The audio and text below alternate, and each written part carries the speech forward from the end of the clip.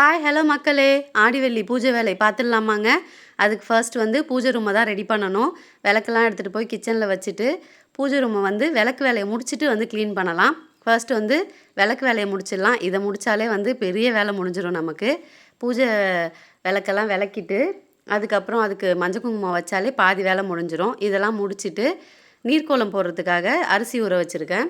அதுக்கப்புறம் வந்து பூஜை ரூமெல்லாம் தொடச்சி நீட்டாக க்ளீன் பண்ணிவிட்டு நைட்டே வந்து என்ன செய்ய போகிறோம் நெய்வேத்தியத்துக்குன்னு ரெடி பண்ணி வச்சுட்டேங்க. ஊற வைக்க வேண்டியதெல்லாம் ஊற வச்சுட்டு காலையில் பிரம்ம முகூர்த்தத்தில் பூஜை பண்ண போகிறதுனால 4:00 ஏந்திச்சேன். நைட்டே எல்லா வேலையும் முடிச்சு வச்சுருக்கிறதுனால கொஞ்சம் ஈஸியாக இருந்துச்சு. வாசல் தெளித்து கோலம்லாம் போட்டுட்டு இப்படி தாங்க ஃபஸ்ட் அப்படி இருந்த வாசல். அதுக்கப்புறம் இப்படி இருக்குது. நீர்க்கோலம்லாம் ஏதோ எனக்கு வந்த அளவு போட்டுட்டேன். அப்புறம் நிலப்படி அந்த இதெல்லாம் வந்து ரெடி பண்ணிவிட்டு நேராக வந்து கிச்சனுக்கு போயிட்டேங்க. ஏன்னா பிரசாதம் ரெடி பண்ணணும்ல. இன்றைக்கி வந்து சுண்டலும் கேசரியும் தான் பண்ணுறேன்.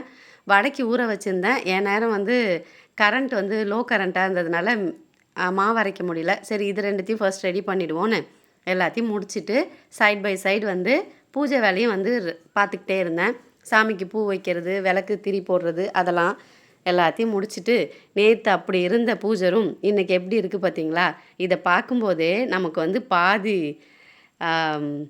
பட்ட கஷ்டம்லாம் வந்து சந்தோஷமாக மாறிடும். அதுக்கப்புறம் இது தாங்க இன்றைக்கி முக்கியம். ஒரு பிளேட்டில் சாரி, பொட்டு, மஞ்சள், குங்குமம், தாலிக்கயிறு, மருதாணி, வளையல், வெத்தலைப்பாக்கு, பூ இது எல்லாத்தையும் வந்து சாமிக்கிட்ட வச்சு சாமி கும்பிடணும். எதுக்குன்னா வந்து நம்ம இது எல்லாமே வந்து நம்ம ஆயுசு முழுக்க இது எல்லாமே நம்மளோட இருக்கும். அதாவது சுமங்கலியாக இருக்கணும் அப்படின்னு ஒரு ரீசன். இன்னொன்று வந்து நம்ம வீட்டில் யாராவது சுமங்கலியாக தவறி இருந்தாங்கன்னா அவங்களுக்காக படைக்கிறதாகவும் இதை வச்சு சொல்லுவாங்க. இன்னொன்று குலதெய்வ வழிபாடு. எல்லாத்துமே வந்து ஆடிவெள்ளி சிறப்பான வெள்ளி அப்படின்னு சொல்லுவாங்க. அதனால் வந்து இதை வந்து செய்கிறது நம்மளோட பழக்கம், இந்த ஊர் பழக்கம்.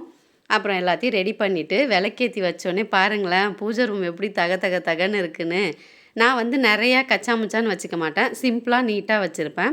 பிரசாதம்லாம் வச்சாச்சு, ஊதுபத்தியெல்லாம் ஏற்றி வச்சாச்சு. இதெல்லாம் வந்து எங்கள் அம்மா வந்து அங்கே பாண்டிச்சேரியில் காரைக்கால் பழக்கத்தை அவங்க செய்வாங்க. ஆனால் பாண்டிச்சேரியில் வந்து இதெல்லாம் புதுசாக இருக்கேன்னு கேட்பாங்க. அதை வந்து அப்போலேருந்து நான் சின்ன வயசுலேருந்து பார்த்து கொஞ்சம் பூஜை வேலைலாம் வந்து எனக்கு கரெக்டாக தெரியும்.